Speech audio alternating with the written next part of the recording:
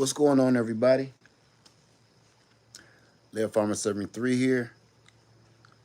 It's good to see you. Guava. Happy Wednesday. I want to just get right into it. I've been trying not to pay attention to the news, pay attention to TV right now because I got my mind on a billion different things. Hey, my Renaissance grandma, second floor gardens. How y'all doing? Welcome on in. Welcome on in. Let me see. Who is this?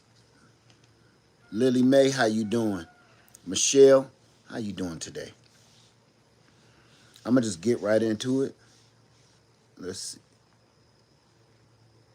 Natalie and D Belton, how you doing? Ladybug, Rose, how you doing? Riri Star, hey Riri, good to see you, my sister. Let's see. Debbie, okay. Pumpkin, Lady Acre Farms, how you doing? Say, my Renaissance grandma say I order 500 alternator. Good, good. Battery next, good, good. Once, because we ain't done with that saga and that series, so be watching on the other channel because I got a lot more to say about it, okay? And I'm going to be doing an experiment on the car. Somebody wanted me to plug it up to the car. I mean, it's no different, but I'll do it anyway. Okay, I want to get in here. How you doing, Eddie? I want to get in here and talk about what I cut on the television this morning and saw. I cut on the television, hey Precious, and they're tearing down the White House. They're tearing down portions of the White House.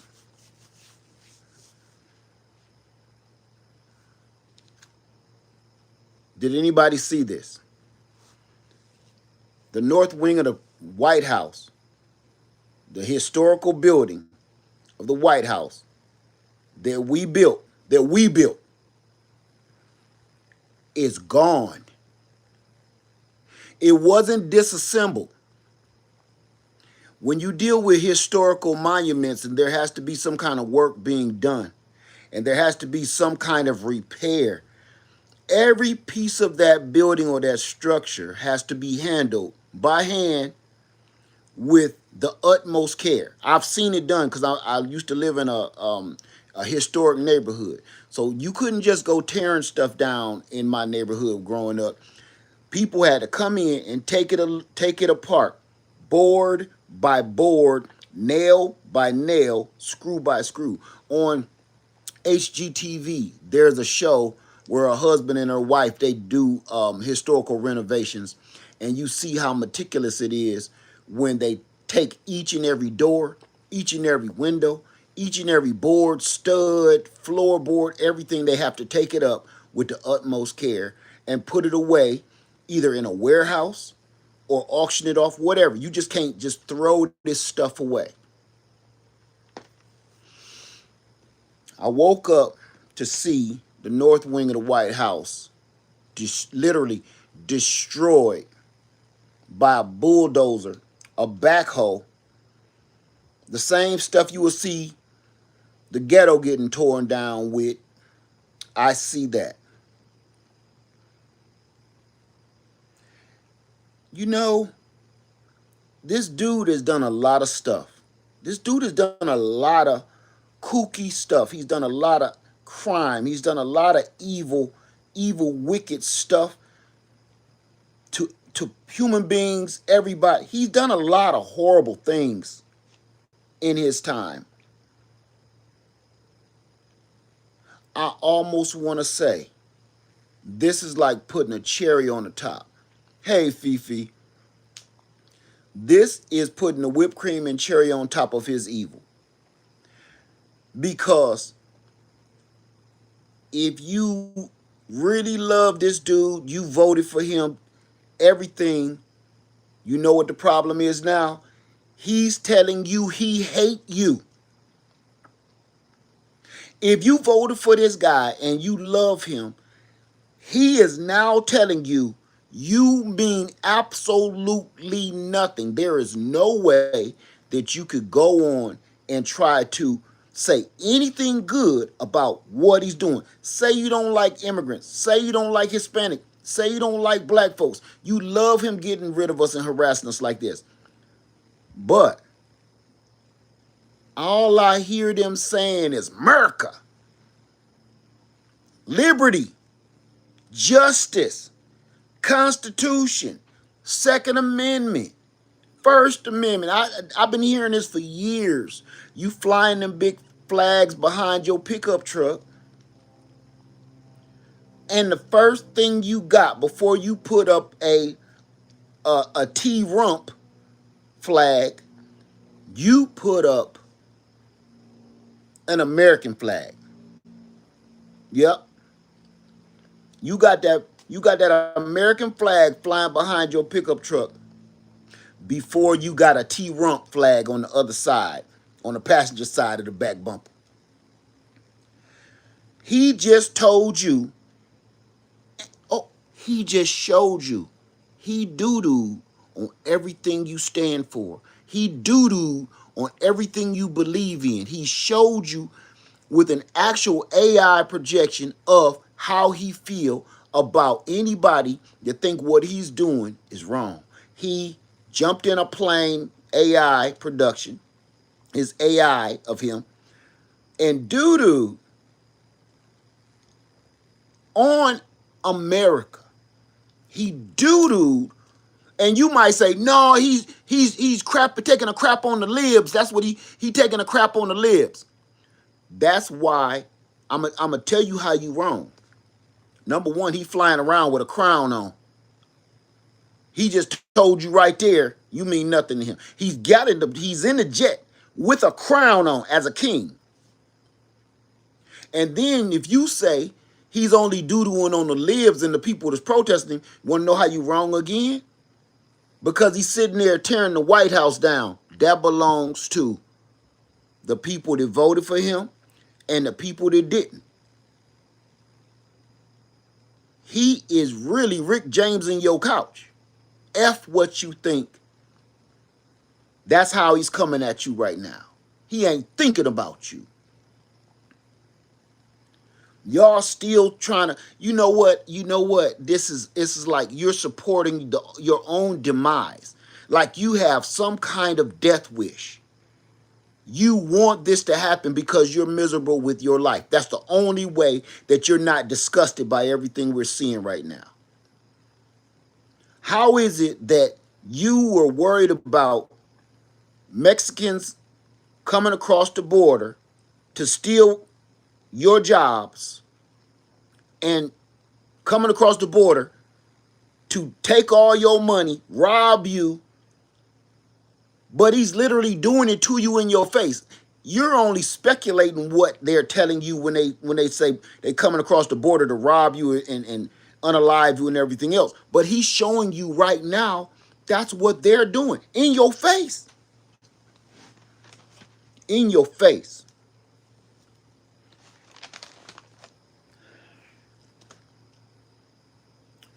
I had to say that part of all of this. I wanted to start this video out with facts. I didn't want to start this video out with speculation. I didn't want to start this video out with what I think or how I feel. I left my feelings out of it. I wanted to state facts. The man that's running the country, if not the world, is sending little goofy memes like something a child would do.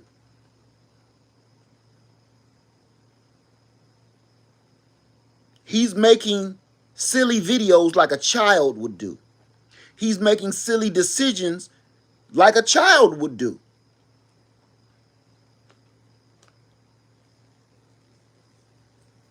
This is the man that's running the country. No professionalism, no decorum, no style, no swag, nothing. He's a gigantic old man baby. And he shows you every single day. I'm not even going to talk about his education because you don't even have to talk about his education. Because what he's showing you right now is so silly. The only thing he ain't doing right now is a TikTok dance. Wait. Yes, he does. He does his little tic-tac dance, don't he? I was just about to give him at least 1 point, but he still do a little tic-tac dance, don't he? He's a moron. And this man is making choices for me, you, our children, our children's children, for our country. He's making decisions for us while he wipe his butt. Everything we see right now is the worst of the worst. It's so crooked. But that's not why I'm here. I wanted to state facts. I didn't want to say what I felt. So this is what I'm here today, and I hope everybody gets a little touch of this. How many people were affected by the glitch that happened last week? How many people were affected by that glitch? There was a big nationwide glitch over the internet, over the world systems. How many people were affected by that? I was. My YouTube couldn't get it right. Matter of fact, one of my live streams, y'all was in it and saw my YouTube kept glitching. They said, Led, your YouTube say for children only. I didn't do that. You have to go in your analytics to change that. I didn't change that. Okay. So everybody was affected by it. So now, let's talk about reality. That was a glitch for a brief moment. That was a glitch for a brief moment. This man is playing around with people's lives. He could care less. Long as his belly is fed and he's warm and toasty, he could care less about you or me. And I'm going to speculate. I'm going to speculate on this too. Matter of fact, conspiracy theory alley. I don't think it was a mistake. I don't think it was an accident. I don't think it was a glitch. I don't. Now, this conspiracy theory alley, so I'm going to say how I feel right now. I feel that it was not a mistake. I feel like it was not a glitch. It wasn't even a test. I think something happened that we don't know about. And it took all of that power and it dropped the guards on something. That's what I think. I don't think it was a glitch. I don't think it was an accident. I think it was something bigger than we all can even imagine. I think it was some kind of data breach that happened that messed up the system for a second so they could get all the information that they needed or wanted. That's why it wasn't not really a big deal. My bank was down, so everybody's still putting all your money in the bank. Look, if this man will steal your money right now, what make you think he won't steal your bank account? He's showing you right now he's so crooked, so dirty, and so evil, and so heartless. What makes you think he owned the banks? He owned the companies. He owned all of these goofballs, his minions. What on God's green earth? Look at all the companies just with him. Look at all the companies that bowed down to him because they was afraid to get sued with no merit. Look at all the people that ran scams behind this man's, ran scams on the American people. And some of these companies was just in a deal with him. And like, we going to pretend that you suing me so I can give you this money and then you'll give me all this power. He had no merit to win that lawsuit against that company. And they just gave him the whole, they forget the layup. They let him dunk.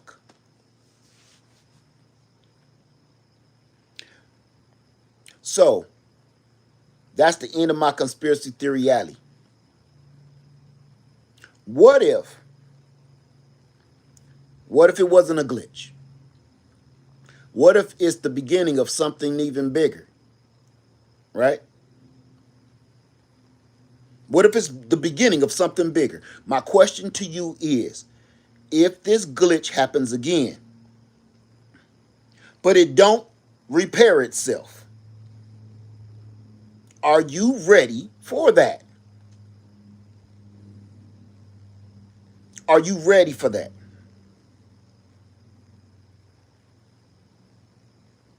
If this government never comes back online and they stay shut down, are you ready for that? Do you understand the domino? Do you understand the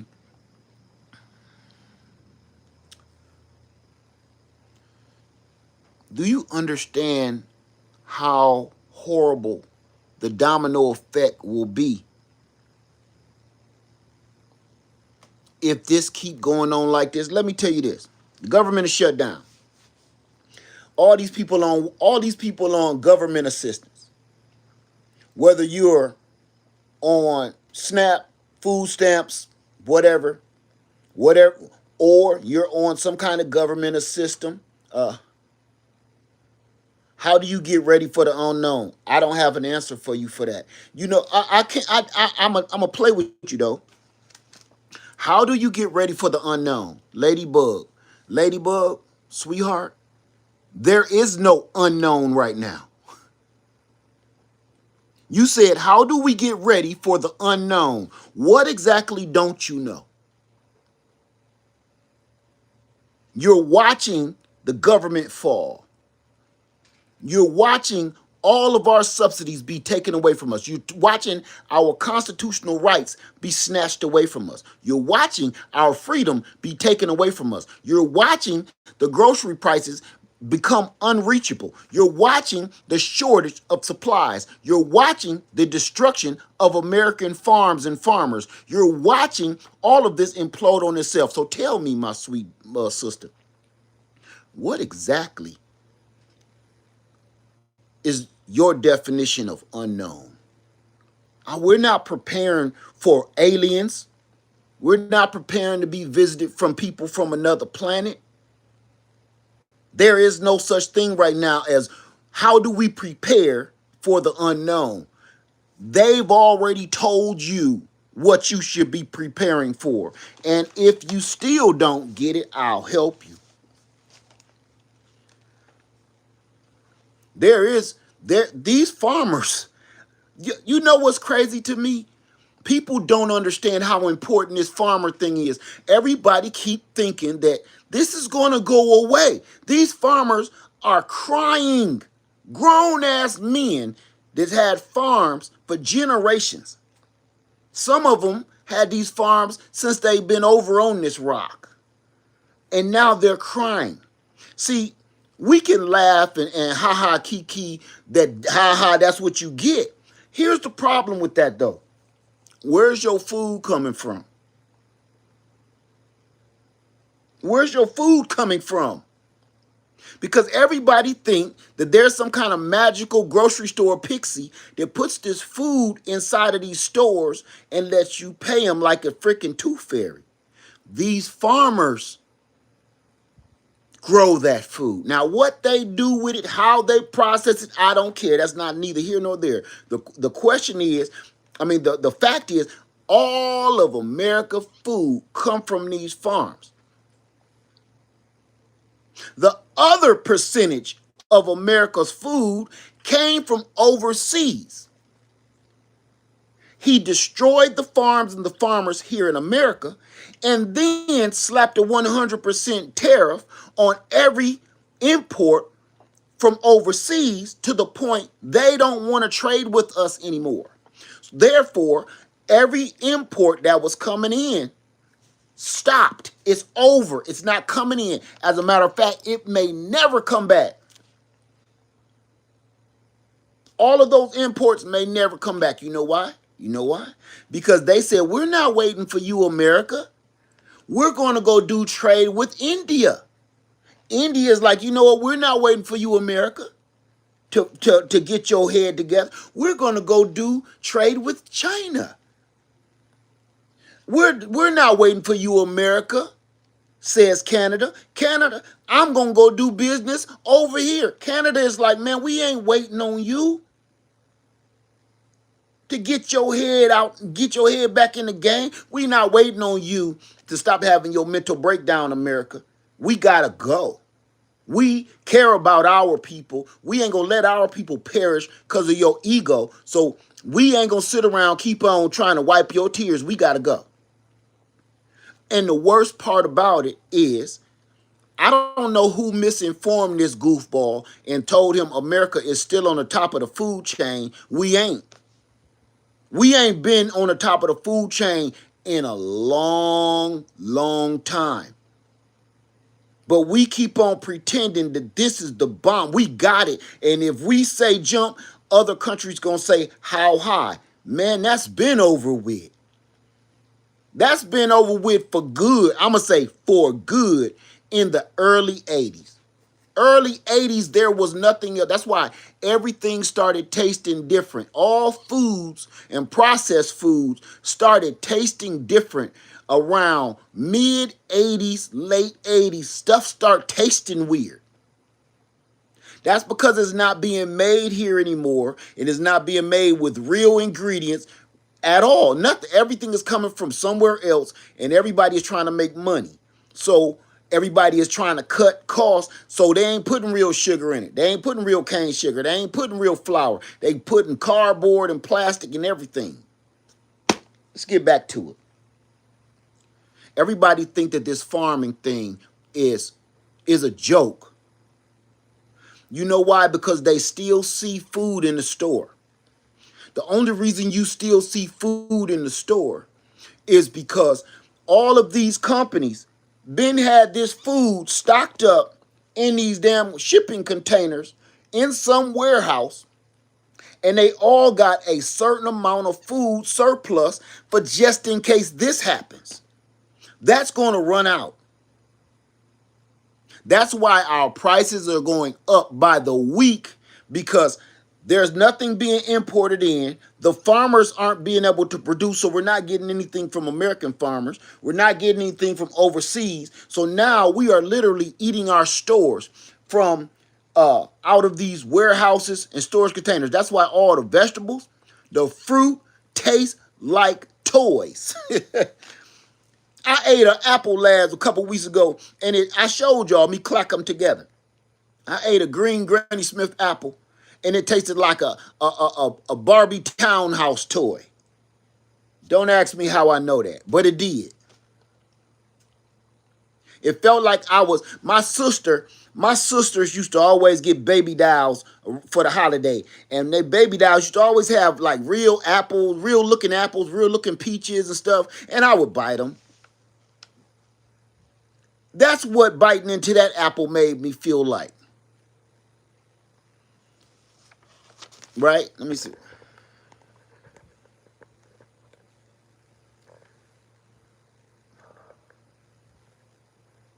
So,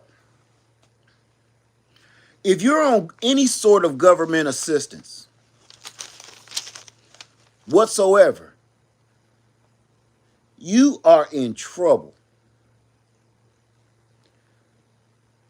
If you are on food stamps, SNAPs, Medicaid, you are in trouble. You know, being straight with you, I put a lot of weight on over these last few months. I fell off the wagon and put my weight back on. But you know something? As of last week, I've been eating straight and narrow. Because I was like, you know something? Number one, I can't keep doing this to myself. Number two, man, everything I've been saying is happening. Like, man, you may have to get your ass up and run. You may have to get up and go. This is not a time to be unhealthy. Oh my God. This is not a time to be unhealthy. If you got some kind of ailment, you know what? My arms start hurting again. I put this weight back on me. My arms and my joints and stuff start hurting. My knees cracking and clacking. You know what happened? I couldn't even sleep a couple weeks ago because my arms and my joints was hurting so bad. You know what it is? Inflammation. inflammation. And I said, you know what? It hurt me so bad. It almost brought me to tears behind, right here, tennis elbow. Tennis elbow. Right around your elbow. That almost brought me to tears. You know what? I said, that's enough for the bullshit. That's enough. Because you can't just give up and just say, well, it is what it is. You can't. You can't. We can't just keep writing stuff off like it's going to fix itself. It's not. I need to be healthy for the situation that we're in. And I'm going to tell you right now, I can't afford to go to the hospital because they cutting off Medicaid, Medicare, and all of that stuff. You can't afford. You know what my wife said? She said, baby, make a doctor's appointment. It's time for your checkup. I said, baby, I ain't got the money. Come on now, let's talk about it. And I had a whole blowout when I was talking about it with her. You know why the black people here are so unhealthy? Everybody always talking about black folks are unhealthy because they don't go to the doctor. Because we ain't got the money. I'm not scared of needles. I'm not scared of hospitals. I've worked in them. I'm not scared of dead people. I'm not scared of medication. I'm scared of the bill. I'm not scared. You show me a needle this long. I'm like, look, just go ahead and do it. Get it over with, man. I'll brace myself, buckle down, whatever I got to do. I'm not scared of your needles. I'm not scared of your scalpel. I'm not scared of your scissors. I'm not scared of any of that. I'm scared of your freaking bill. I don't care what kind of insurance you got these days. Your copay and all of this, and then the medications and blah, blah, blah, blah. By the time you done, you still owe $15,000. Now, I'm going to keep it funky with you. I told you on this channel I'm going to be cutting up. Now, I mess around, and I had a gummy. This was last year. Okay? I purchased a gummy, if you dig what I'm saying. And no, these was not Teddy Graham gummies. These was gummies, okay? These was dummy gummies. I said, I keep hearing about these gummies. I don't smoke, okay? Keep it funky with you. I don't smoke. I said, I want to see what this gummy do, because I'm tired of hearing about these damn gummies, I ate this gummy right here. Look, I'm cool. I had a pocket full of money. I'm feeling good. The land is crisp. Cut the grass. All my chores is done. Chickens laying eggs. I'm feeling good. I said, man, I'm going to drink some of this Hennessy, and I'm going to chew on one of these damn gummies. I sat on this couch right here, and I ate. They said you only supposed to eat it in 4. Cut it in 4. The damn thing ain't nothing but about big as a sugar cube. But they say, look, cut it in 4 pieces. I said, man, I'm a big dude, little half of the gummy ain't gonna kill me, Might have me tripping balls or something, but it ain't gonna kill me. So I cut this doggone thing in 4 pieces. I ate 1 piece. I ain't feeling nothing. Ate another piece. I said, you know what? This stuff probably don't even work. Ate the whole little square gummy. And give me about 15 minutes. See, you don't know it's working if you sitting still. If you sitting still, it ain't going to hit you right away, which they should have told you that. So that's why I ate the whole thing. So after a while, I'm writing down notes like this, right? I'm got my pen, and I start really looking at this pen. I ain't stupid. I know what I was doing. I said, ooh, Sharpie. Sharpie. That's a funny word. Why did they call it Sharpie? And I'm telling you, it felt like I was about 2 hours in thinking about why did they name their company and this pen Sharpie? What made them go with black? Like, why not like a smoky gray? You know, that'd have been cool. So I'm tripping balls, and off I finally realized, start looking at the damn my fingerprints and trying to see, like, check my lifeline. All of a sudden, I'm like, calling me now. I'm trying to tell my own fortune and shit. You know what I mean? So I'm looking at my lifeline like, ooh, I hope that ain't a break in my lifeline, because they say that ain't good. It looked like I got another 20 years, 30 years left on me. I'm doing my own tarot card readings and shit. I don't even do that stuff. But needless to say, I'm tripping balls so bad. I'm drinking water, drinking water, drinking water. My heart go to thumping. My heart felt like somebody was playing drums on my chest. So I said, oh, Lord, I'm having a heart attack, and I'm in the middle of nowhere. I'm on Freedom Acres. I'm in the middle of nowhere, man. So it all hit me like a ton of bricks. I'm in the middle of nowhere. I'm having a heart attack, and I got to figure something out. Can't find my phone, even though my phone was sitting right in front of me on the table. I looked for it for a while I think I'm having a heart attack. I race up out of here. Don't call 911. I don't have an address. And what am I telling 911? 911, what's your emergency? Yeah, I believe I'm having a heart attack. What's your location? I'm in the woods. What you gonna say? Send a helicopter. I don't think I'm gonna make it. Send it to where, sir? Is anybody there with you? So what I do, I get up. I can't make this up. I think I'm having a heart attack. I get up and go in the bathroom and wash my ass, because I'm like, I know I done had these pajamas on for about 2 or 3 days. I don't believe I want to go to the hospital, and if I die, be like a stinking body. I was like, I don't want them to smell me like this. Think I'm having a heart attack, but I'm worried about my hygiene, right? I go in here and wash up, put on deodorant, brush my teeth, everything. Find my keys. My keys are sitting right next to my phone. This is a true story. My keys are sitting right next to my phone. I got to scoop my phone over to get my keys. All the while, I can't find my phone. Go out in the car and say, oh, the puppy forgot her sweater because it's cold outside. I grabbed the puppy, put her little sweater on, because she a chihuahua, Put her leash and stuff on. Make sure I get her leash with her tag, just in case I die and don't nobody know who dog this is. I'm telling you, I was overthinking the game. So I go out, get in the car. My car got my flatbed trailer on it. I pull up to the ER and honk the horn at the front door and tell them, hey, man, I'm going to need a wheelchair. They come out with a wheelchair. Like, what's wrong? I think I'm having a heart attack.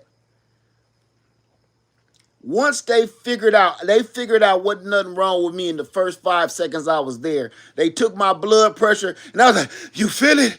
I can feel my breath coming out. Sir, you sure you okay? You had any different, what kind of medications you on? I ain't on nothing. I ate a baby aspirin on the way. Matter of fact, I might have ate more than that, because this little jar is about empty. It used to be full. Sir, you ate all these? I don't know, but they gone.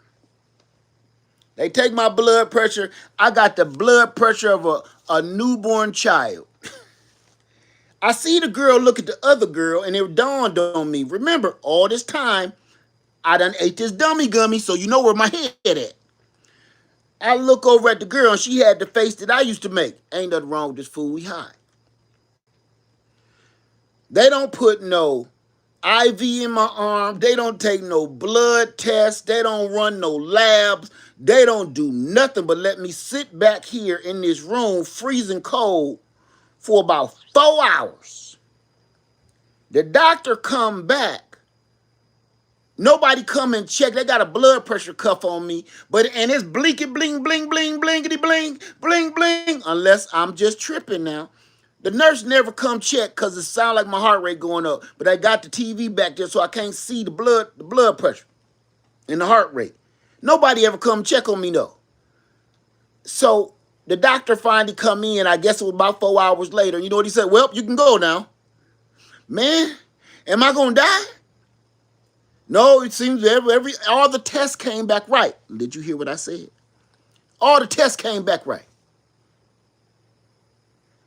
It took me to drive all the way home. Now this hospital was about let me tell you, I was off them dummy gummies. I drove 50 miles to the hospital while so-called having a heart attack with a chihuahua with a sweater on, and I smell minty fresh.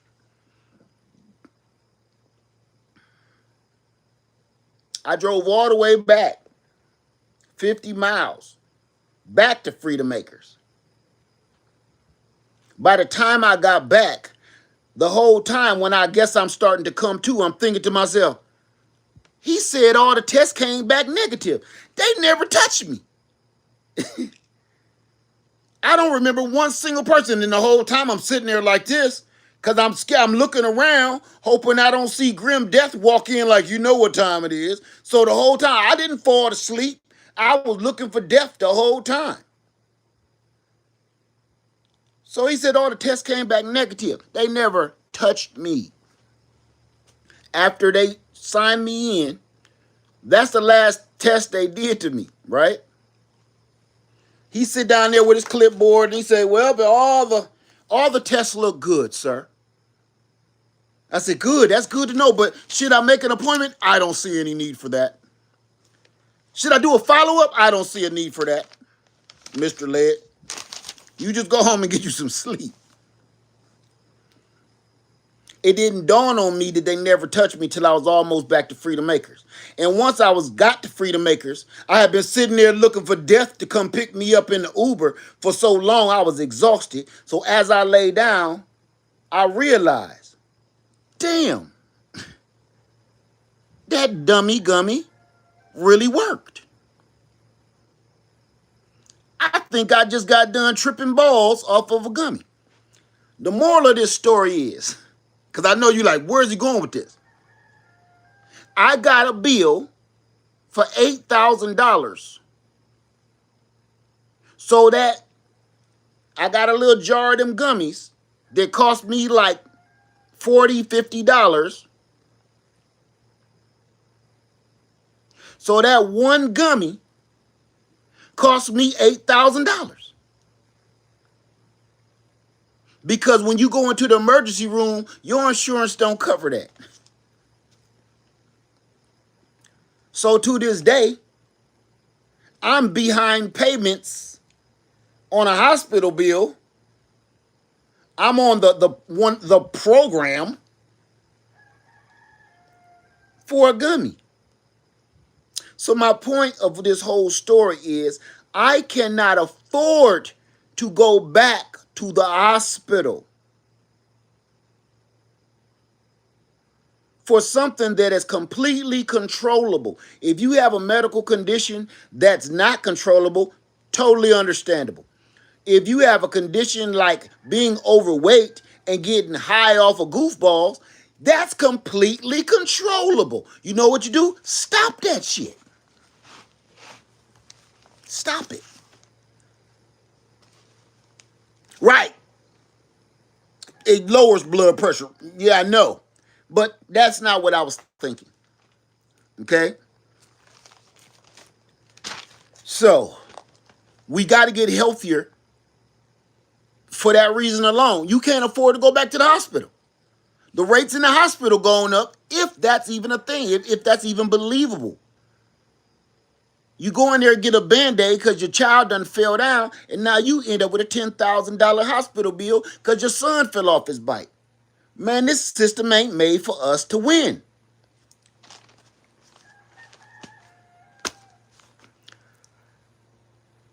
If this government does not re-adjourn, every day it costs us millions, if not billions of dollars every day.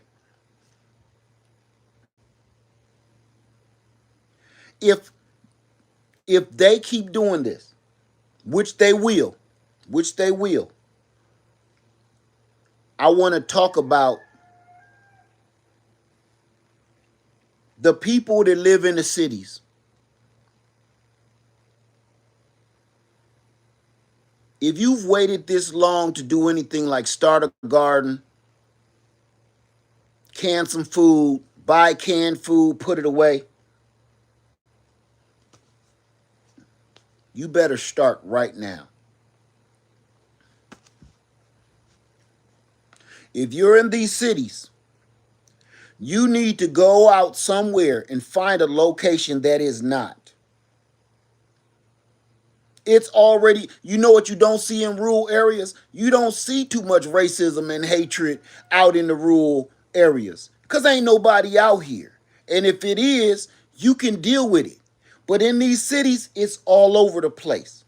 People is truly showing their true selves in the inner cities. Their hatred for you, their disdain for you, their racism for you, their sexism for you. Every store you go into, I hate pulling in a parking lot and see one of those T-Rump flags flying behind somebody pickup truck, and you got a nerve to fly that flag with a rebel flag with an American flag. You got a T-Rump flag, a rebel flag, and the American flag on the back of your pickup truck lets me know how stupid you are in the first place.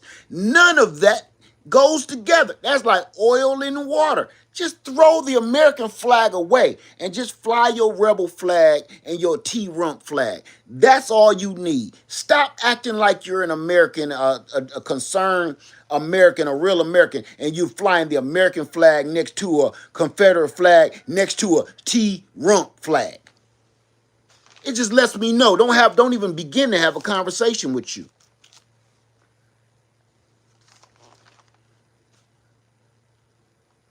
So here's the other thing. If you can get out of these cities, get out of these cities. Because that's ground zero for the madness right there. That's ground zero.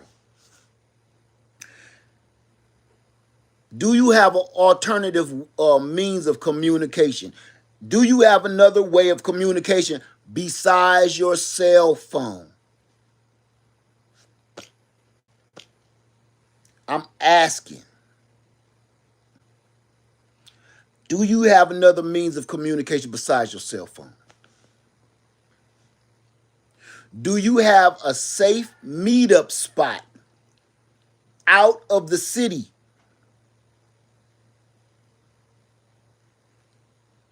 Do you have a bug out bag full of supplies? Ready to go, sitting at your front door, ready to go? Do you have reliable transportation full of gasoline to get you where you need to go? Do you have another sort of evacuation transport? When I say evacuation transport, do you have like a bug out trailer? Do you have a van? Do you have some kind of trailer where you can pick up all of your goods and the food that you stored up and stocked up and take with you?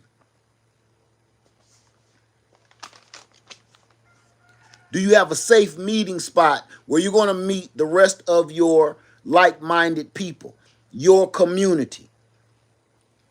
Have you put into check the community that you have already built? What are their roles? See, we never go that far. We never talk about that. We always say we're all going to meet up at this tree right here. We're all going to meet up at the land right here. But nobody ever discusses what roles will we be playing in this. For everybody to be trying to do everything is almost like shooting yourself in the foot. This person should be in charge of this, like water filtration. This person should be in charge of shelters. This person should be in charge of food. I'm not saying everybody don't bring this stuff. I'm saying assign people. You are assigned to our financial status, and you're the treasurer. You are assigned to communications. You're assigned to the lookout. You're assigned to protection. We talk about meeting up, but we never talk about who is going to do what and who should we put in charge of all of it? And if that person was to fail, who is next in line to give orders? That's how serious this is. It sounds like I'm talking like we talk about The Walking Dead. That's how serious this is.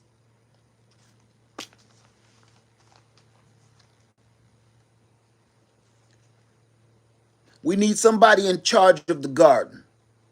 We don't need nobody that don't know what they doing talking about some I'm gonna run the garden, but the most you've ever grown is like a tomato plant.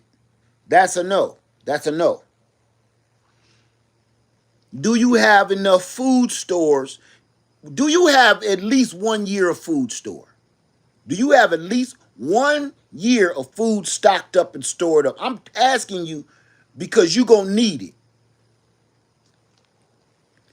Do you have any skill sets that's going to help the situation? What if all the food is gone, all the supplies is gone? You don't got no communication, you don't got no radio. Can you start a fire with a stick? Can you build a shelter out of a tarp? Can you build a shelter out of wood, sticks, twigs, leaves? Do you have a heating source? Do you have shelter, food, water? And if you don't have water, which is actually truly impractical, you should have water filtration on you at all times. Some form means of water filtration should be on you, in your bag, in your pocket at all times, because you may not be able to be just carrying around 5 gallons of water. But you will run into a body of water somewhere that you can use and utilize if it was filtered properly. If you know how to start a fire, the water can be boiled. Okay? Last but not least, do you have protection? Do you have a way to protect yourself? Everybody walking around right now should have a way to protect themselves, protect their property, protect your loved ones. You should have a way to protect yourself.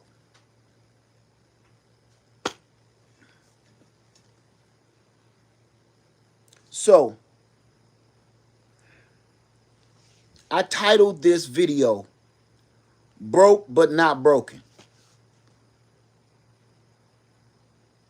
I'm going to change that because I think that's the name of something else too. I'm broke. I need you to understand something. I'm broke as all get out. I ain't got 2 nickels to rub together like my mama used to say. I am financially tanked. I got enough money to pay the few bills that I have.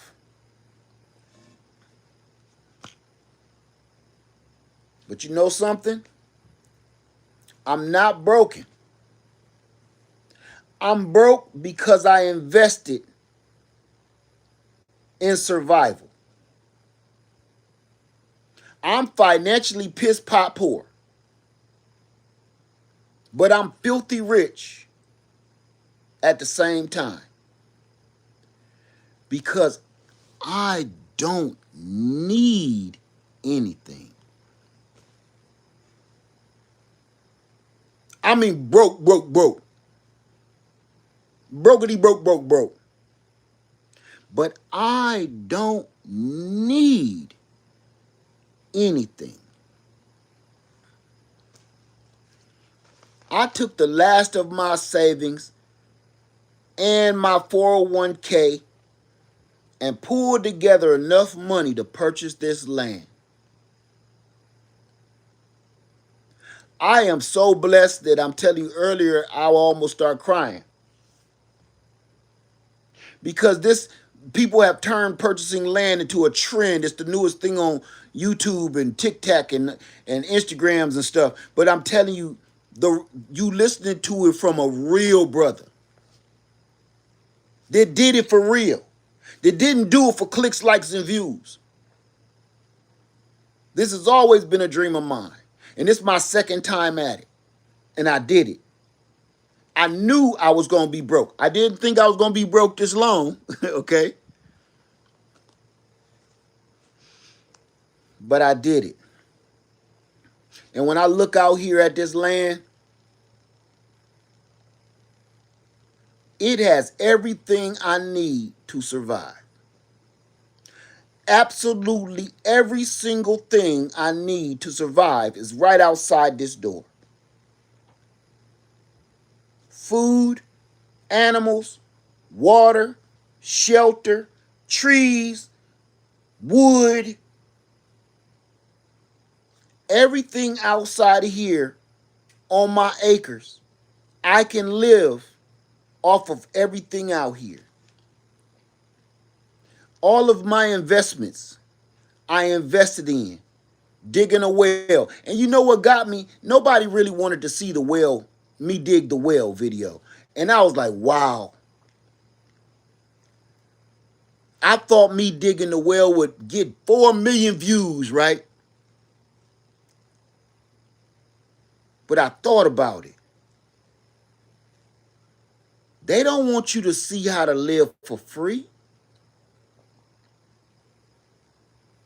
They don't want to promote people to not have to consume. They don't want to promote people into digging their own wells and drinking their own fresh water. They don't want you, the people, to see that I'm drinking fresh water literally from the earth, not processed, not bleached, not filtered through these machines and drinking somebody else's urine. No, I'm drinking water out of a vein 20 feet down underground that's been literally filtered by Mother Earth herself. They don't want you to know that.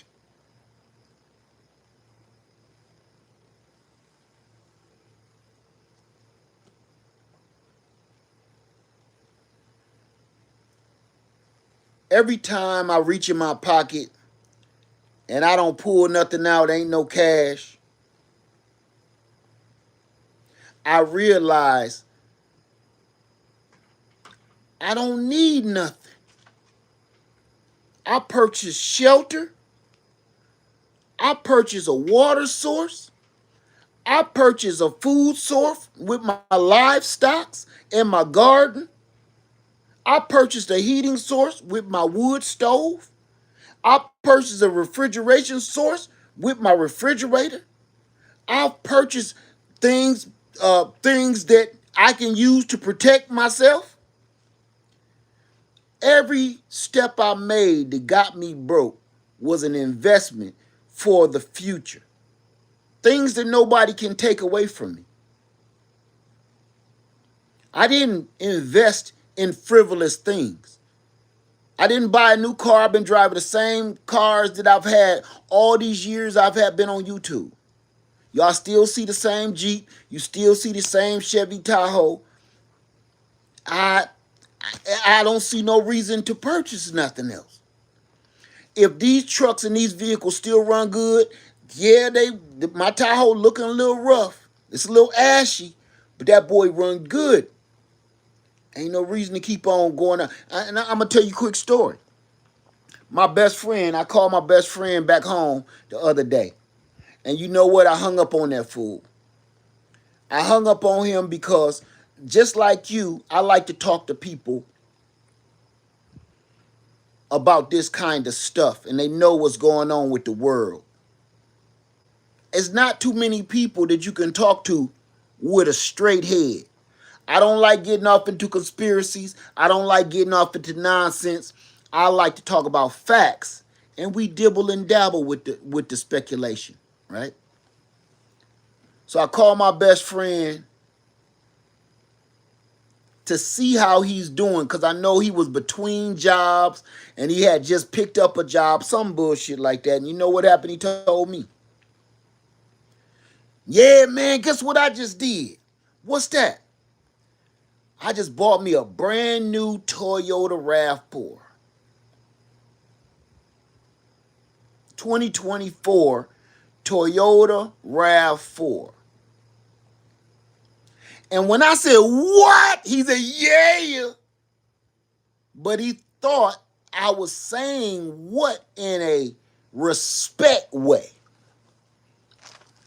When I said what, that's the only word that came out when I really wanted to call him a handful of bitches and a pocket full of motherfuckers. Like, are you crazy? Right now, the White House is being torn down. Right now, the government is shut down. Right now, Medicaid, Medicare is taken down. Right now, ain't nobody getting no more food stamps or no government assistance from here on out. Right now, ain't no food in the stores. Right now, they is tearing the club up. And you trying to go flex with money that you don't got, with a job that you just got. Your girl is paying your bills and she got a temporary service job. You sipping on Hennessy, but you broke. Man, I don't think we're gonna be able to be friends no more. Before any other words came out of my mouth, I hang up on that fool.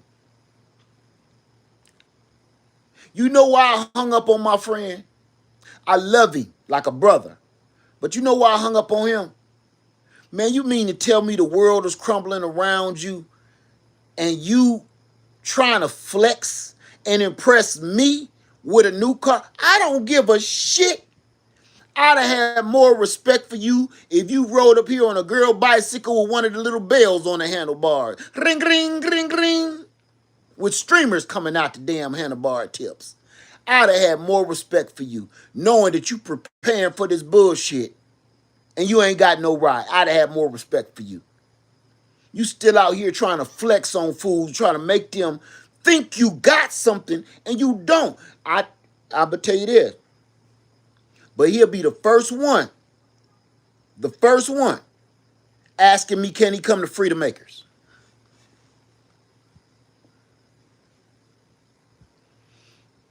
Right now is going to be a trying time for everybody. Because right now, you mark my word. You mark my word. We've been talking about this for years, about the family members that think we crazy and the friends that think we nuts and the other friends and family that think we always doing too much and we the weirdos. Watch how many of them right now gonna start showing up. Oh man, or calling. You was on my mind. I hadn't saw you in a while.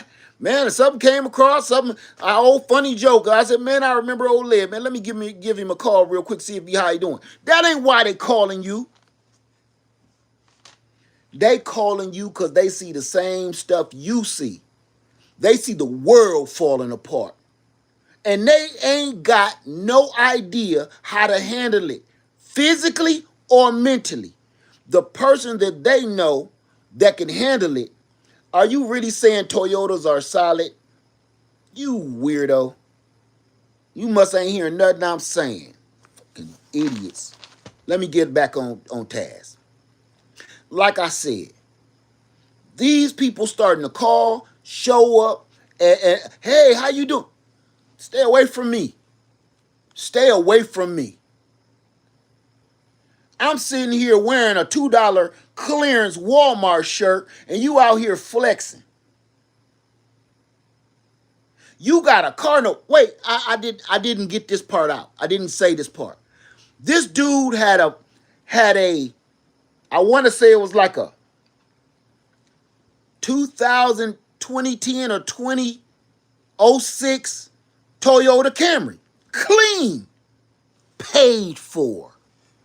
That's why I know everybody like, well, Led, maybe he needed a car. No, he didn't. He had a 2006 or 2010 Toyota Camry. Clean as hell, low miles. When I was in Toledo last year, I said, hey, man, if you ever sell this, let me know. Let me know before you sell it.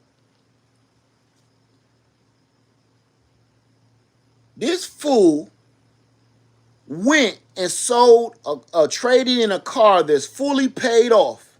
You don't owe nothing but your tags every year. You go trade it in for a new car with a car note that you can't afford. You know how that's going to end up? They're going to take that car because you're going to lose your job again like you always do. And you gonna be asking me, hey man, you got like an extra car you want to sell or something? No. Even if I did, you can't have it. I wouldn't let you buy a hoopty for $40,000. I wouldn't sell you shit. I don't want to have nothing to do with your situation. Cause I am stepping away from dumb people, man. This ain't no time. Right, Michelle? He could have bought land. You sitting here buying a car that you don't need when knowing good and well we in doomsday. Like, man, I'm not about to entertain your bullshittery. I can't entertain. The only thing I could do, sensible enough, is hang up the phone, man. He tried to call me back. Man. You know how you dropped the line by accident. Man, I can't talk to him no more. I'm not about to sit around, man, while me and my family trying to get right and make plans for some literal survival, and you sitting here spending money you ain't got on a car you don't need. You don't got no food stocked up. You don't got no water. Now, I tell this fool this stuff all the time. You ain't got no food. You ain't got no water. You ain't got no shelter because you renting somebody else out. You stay with your girl, sucker. You stay with your girl, man. Every time, now this is my best friend, so I'm going to tell you. Every time he said, yeah, man, I'm about to go to my house. You ain't got no house, fool. You ain't even got no house, man. You mean you about to go over your girl house? Say that shit right, man. Say, no, I don't like playing words. Say you going over your girl house. You don't own shit over there. When the landlord come, he come talk to your girl. He don't come talk to you. When the landlord show up, he only want to talk to your girl. He don't got no words for you. When the pipes bust, he only want to hear, guess who the only person that can sign the paperwork when the pipes bust? Your girl. She got to put in the work order. When something wrong under the sink, she the one got to put in the work order. That's not your house. You stay with your girl, boy. And this go to all the men and women out there laying up on somebody. If both y'all names aren't on this paperwork, you are a passenger. That means you ain't even in no real relationship in the first place. This ain't no time. And this, listen, in the world that we going through right now, this ain't no time to be like, yours and this is mine. That's yours, this is mine. If you with somebody to say that's yours and this is mine, that's your money, this my money, that's your space, this my space, you better get rid of them. This ain't no time for that shit, because you know what's going to happen? You going to find out the hard way that when the pressure get down and grinding like it's doing right now, that other person might lose their job. Now that whose is whose shit going to start getting up for debate. Who going to pay the rent? Well, it's in your name. Who ate all the ham? That's mine. Don't eat that. Who went in here and ate my bag of chips? That's stupid shit. You not even in a real relationship anyway. And right now, you need to be focused, laser focused on either solidifying a relationship, solidifying it. I ain't saying not necessarily get married, but you know what? Both y'all names got to be on some shit. This hers, my shit is some bullshit. The lights bill, the lights, rent, mortgage, gas, water, all that need to have both y'all name on it. Because you know why? That means I trust you with everything. Because everything is about to get so bad that if I'm missing a couple cylinders, I'm gonna need you to kick in overdrive.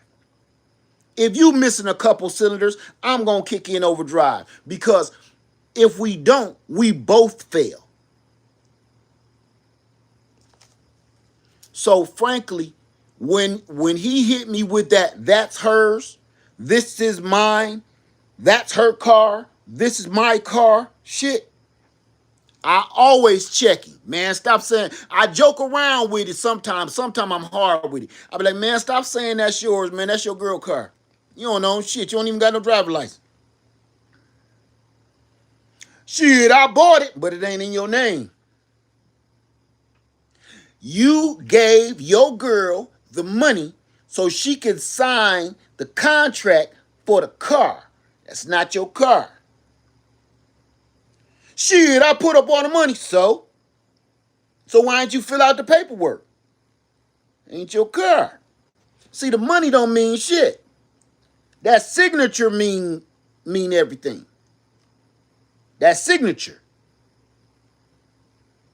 So if you such a big baller, tighten your game up tight enough where you can put your signature on shit. You can't put no signature on nothing because your credit tore up. You did that.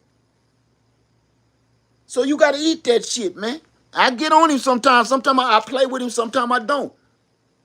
This ain't no time for that, man. We ain't going to be able to work together if we're separate. And it starts at home. If you are in a marriage, this is the time, hey, man, get that shit out on the table.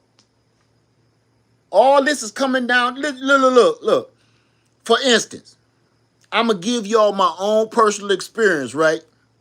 And some of y'all, most of y'all is the same. My wife can see anything I do. She got access to my phone, my texts, my emails, all of my passwords, passcode. I don't keep shit from my wife. Period. If you sending me some sexy shit, she saw it before I did. Just to let you know, every time one of y'all send me some of that crazy shit, she the one tell me, look at this. She got access to everything except my Amazon account.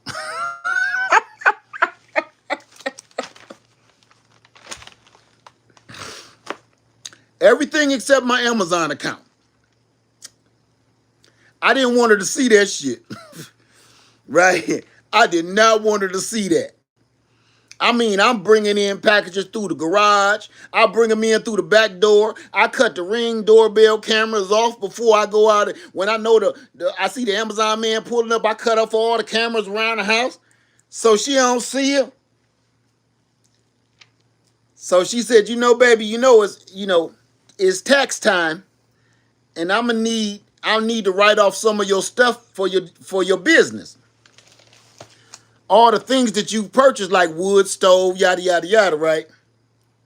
I said, oh, you need it like right now, like today, like this year, you need it? You need that information? She said, yeah, as soon as you can give me, you can sign in, log in, and I'll do the rest. Oh, so you want to be logged all the way in to my cart and be logged into like my purchases, like you want access to my wrongdoings. Okay. All right, I'm gonna get that to you soon as I figure out how to erase 90% of that shit. I get with you. But I finally was like, man, she gonna have to see this. It felt like a first date. I was a little nervous, I couldn't swallow properly. It was like a first date, and it's time to, seal the deal. This first time we gonna see each other naked and stuff. I hope my performance it gets a standing ovation. You know that feeling. Your nerves is bad. Hope my breath don't stink. What I was about to give her the code, get in my Amazon. I looked her deep in her eyes, and I said, just now hit access. Yeah, access it now. And as she clicked on it and was looking through it, I was staring at her like this.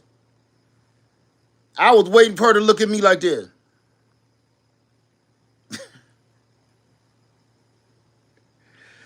Woo! I haven't felt that nervous since I met her. You know, I don't hide nothing from her. I felt nervous like I had been cheating and she just saw it. Like she just got the text saying, "Hey big boy, what you doing tonight? Ooh, I can't wait for you to come and put that thing on me." Who is this somebody named Pizza Hut? Who the hell is Pizza Hut talking about some she can't wait for Big Lovely to come in? Pizza Hut don't talk like that. That's how I felt.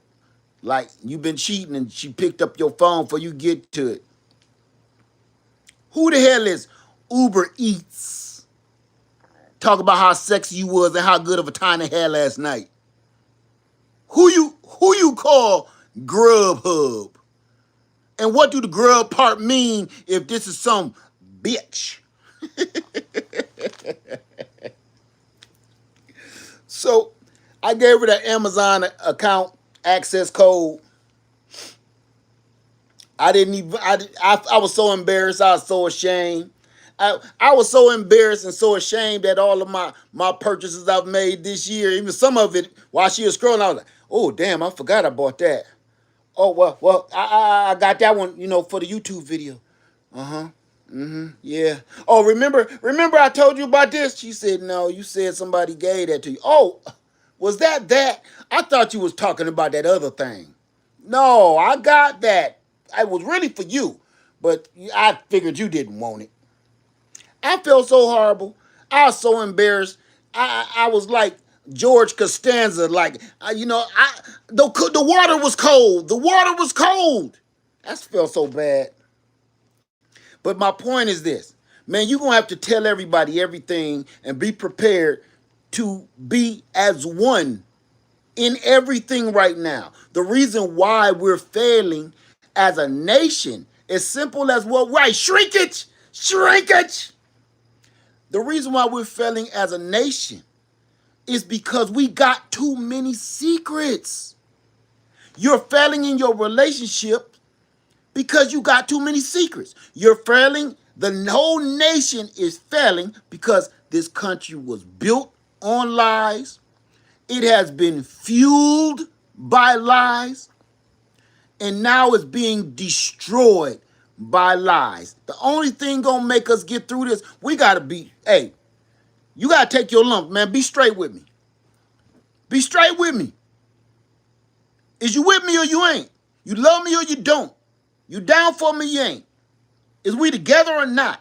Is we both gonna put our names on this stuff or not? What we gonna do? Because if you ain't together, if you got secrets that you holding back from your loved one or your partner or your spouse, if you got secrets, how the hell do you think that's this simple? You don't want to give nobody your Amazon account. You don't want nobody to see your text message. You don't want nobody to have your email. If you got this many secrets,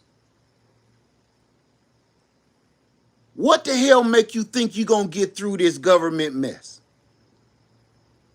You don't even want to give nobody your doggone passcode to your phone, but you think y'all going to work together to get through this government crime mob.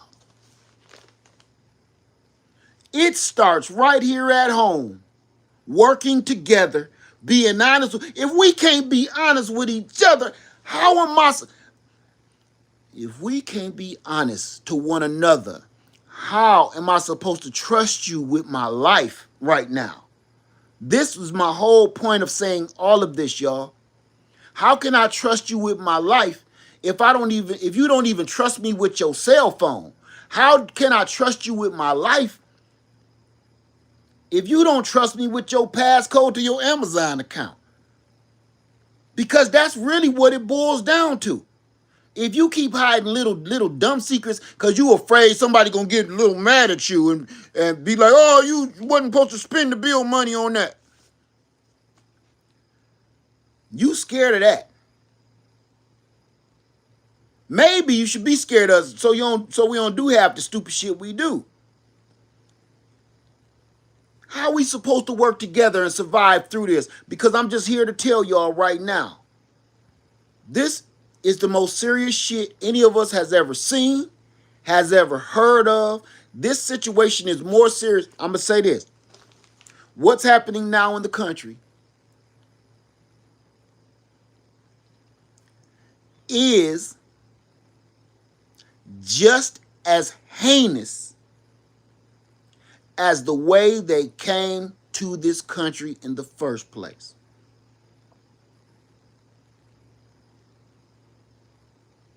We are literally reliving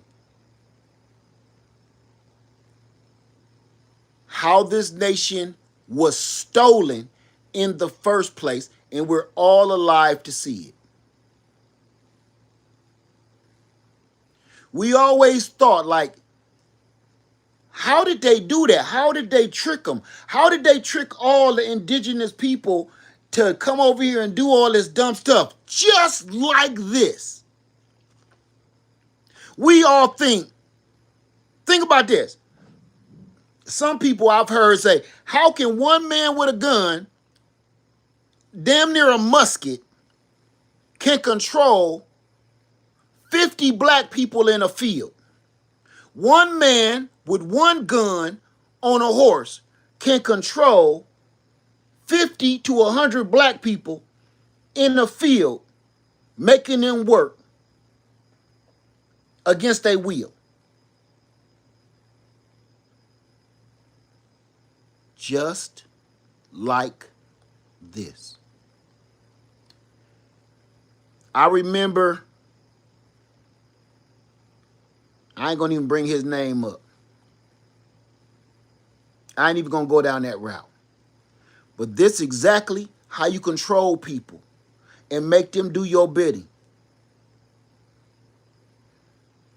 It's the equivalent of you chain a baby elephant up from the day they born. You put a chain around that baby elephant and you drive a stake into the ground of the chain. That baby elephant can never move. It can only go 4 feet. That's as far as that baby elephant can go. The only time that baby elephant can go any further than 4 feet is when you intervene and give him more chain to move around.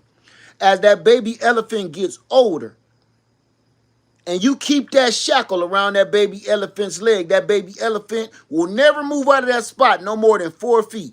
The only time that baby elephant will move any further than that 4 feet is if you are present and you show up and say, you can move further.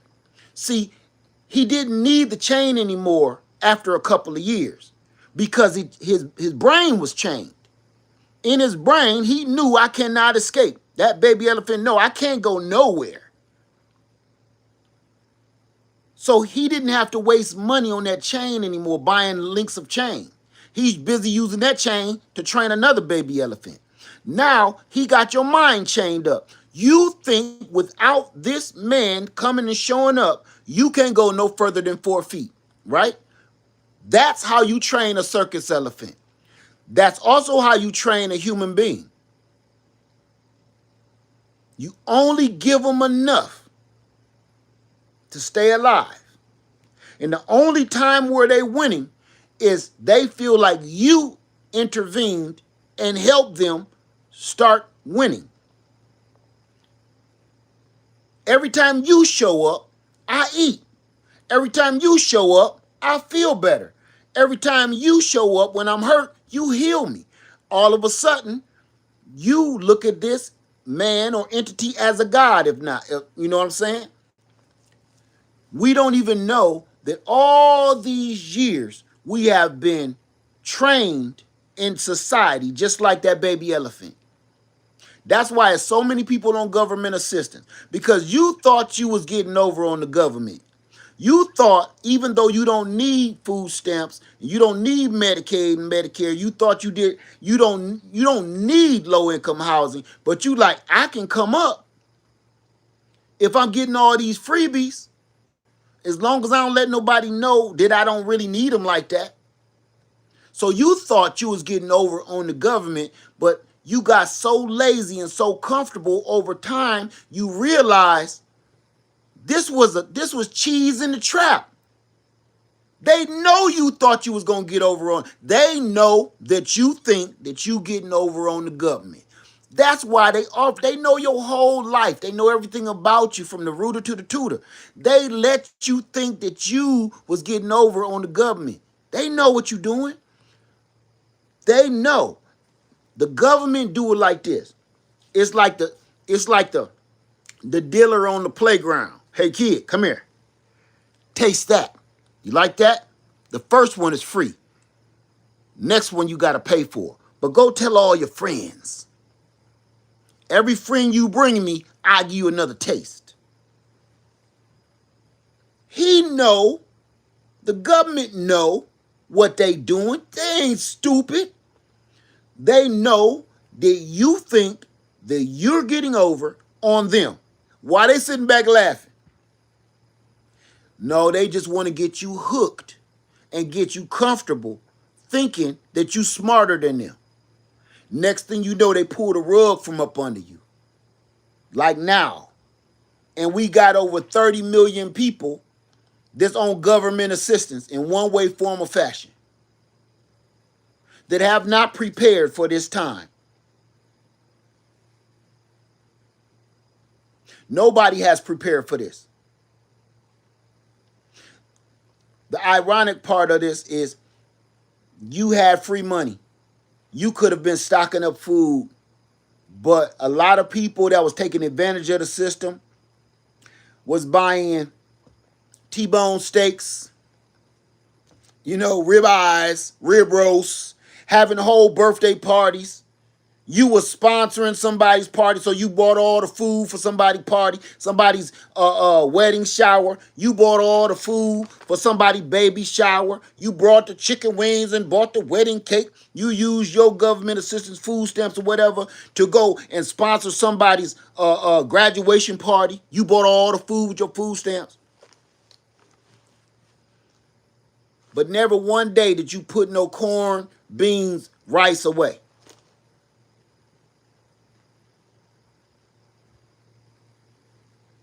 And here we are. This is about to be like pure chaos. These city streets are about to be so heinous. You know what it reminds me of?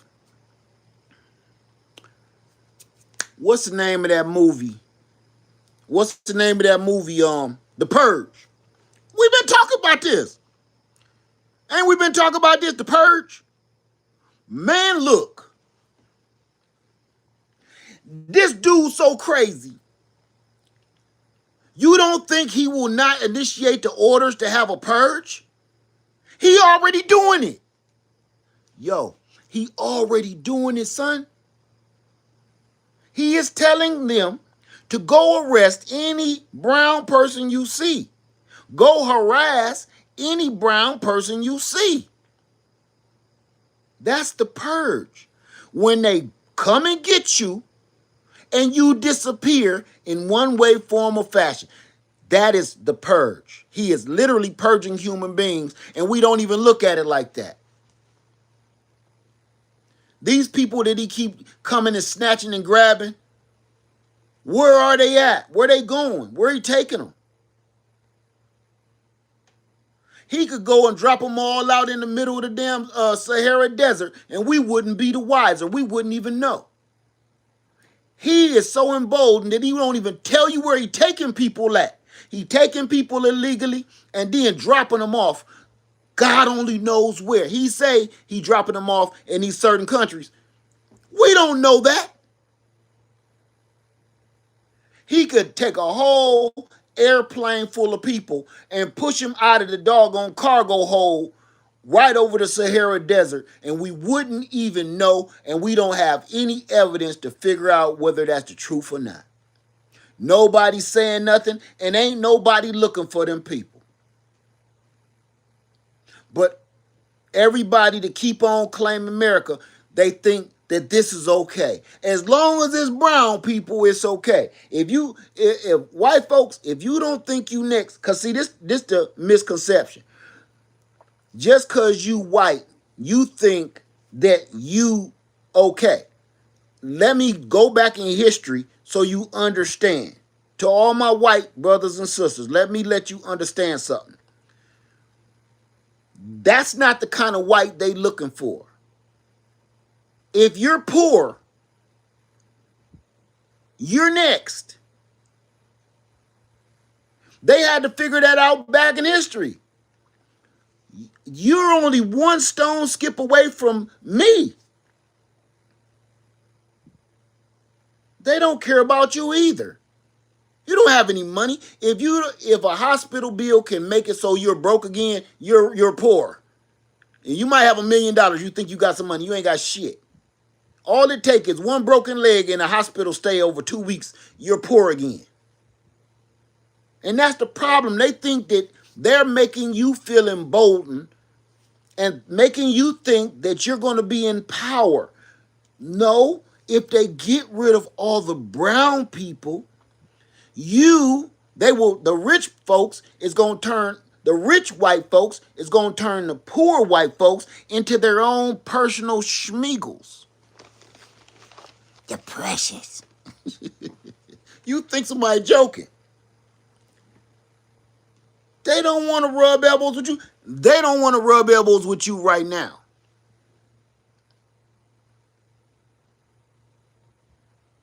I'm telling you the facts. Go back in history if you don't want to believe me. Go back in history and look how they treated poor white folks. They ain't treat you no better than they treated me. The only thing they did, hey, they treated me a little worse, but you was right there.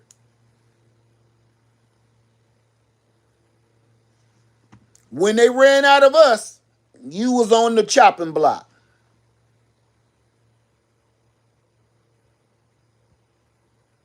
You was the one in them castles and stuff where they be like, come here, dance for me, fool. You didn't see black folks doing that.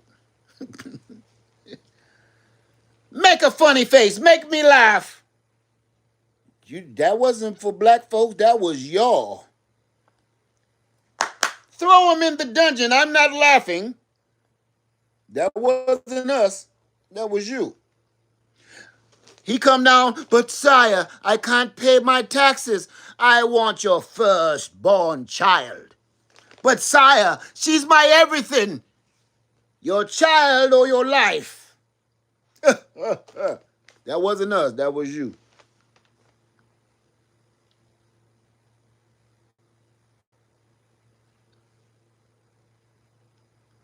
I just don't want white folks to think that you're okay. Everybody is getting away with this. They think that they're going to be safe because they white. You're not. You're not. You're not. This is America. A melting pot of ethnicities, backgrounds, languages, foods, culture. That's what we're known for. And all of a sudden, it become a dictatorship. How did this happen? How are we, it's literally, this is America is like a gumbo. It's like a goulash. It's like a stew, right? You want to know, what this remind me of? My mother used to make a beef stew. And it had beef, chunks of beef, carrots, potatoes, onions, corn. This beef stew had everything in it. Tomato base, tomatoes, chunky tomatoes. And the worst thing you could do to that stew, when all of those flavors was together, boiling in the pot. Oh, you can smell it from outside in the wintertime. The windows on the house is foggy from that steam coming off that stew. With all them flavors of the potatoes and the onions and the carrots, tomatoes, the beef, and oh my God, them spices and herbs. That was the best thing for your soul during a cold winter's day or cold winter's evening for dinner. Stew. But if you was the last one to come home and to get a plate or bowl of this stew, why were you mad? Why were you mad because you got the last bowl of stew? I'm going to tell you why. Because everybody done picked out all the big chunks of beef. Everybody before you came and ate up all the chunky potatoes. Everybody came before you ate all the damn tomatoes out the damn soup. They picked out all the corn. And by the time you got home and you got your bowl of soup, it was nothing left. It was nothing left but a tomato-based soup. All them spices and herbs and flavors and the mixture of the potato and the beef and the onions and the carrots in your mouth all together with a nice saltine cracker. Now all you got is some tomato paste. That pisses you off. You know why? Because this meal, that pot of stew gonna sit in the refrigerator till somebody throw it out. Because don't nobody just want no damn tomato juice in a big ass cast iron pot. It's boring. It don't taste the same. It don't feel the same. It don't warm your soul the same. That's why you added everything in the refrigerator in there. Corn, potatoes, green beans, tomatoes, onions, beef chunks, a couple of pieces of old fried chicken. You threw all that in there and it tastes like it saved your life. That's America. That's why this was able to work as long as it did. Because all the different flavors and pieces of meat and spices, that's us. Each ethnicity, each color, each background, each culture coming together to make this soup delicious, to make it work.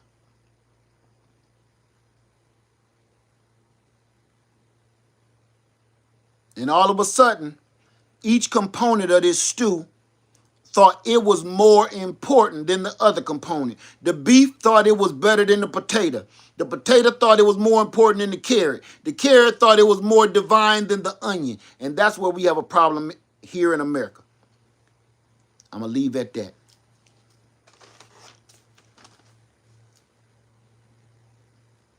You thought just by throwing some beef in this stew, you're going to be a better tasting stew. You thought just because we got onions in this stew, you're going to be a better tasting stew. You thought just because we put carrots in there, it's going to be better. No, it tastes the best when we all in there bubbling together.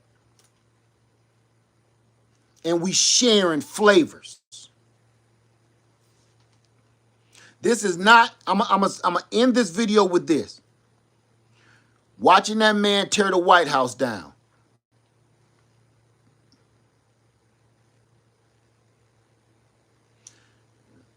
He is solidifying exactly what I said.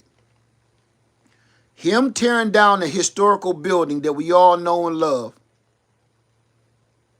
or recognize is the mark of a new day.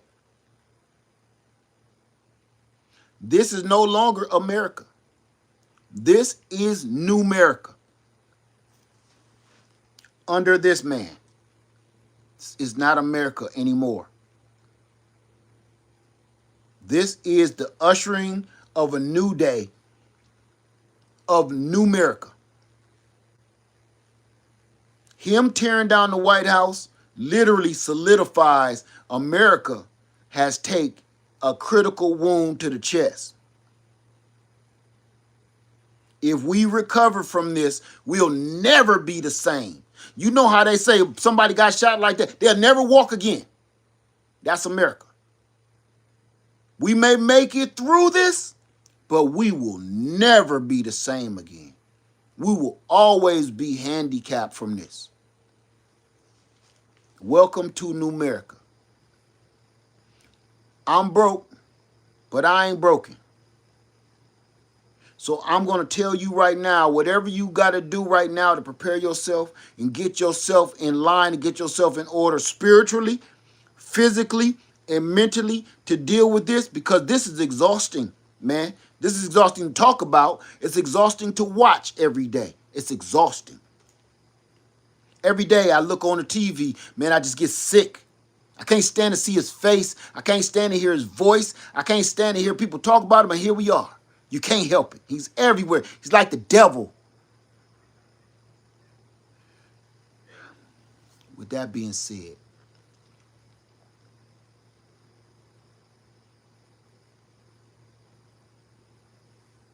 everybody, prepare yourself. Get yourself together. Stop lying to yourself. Come clean with everybody you need.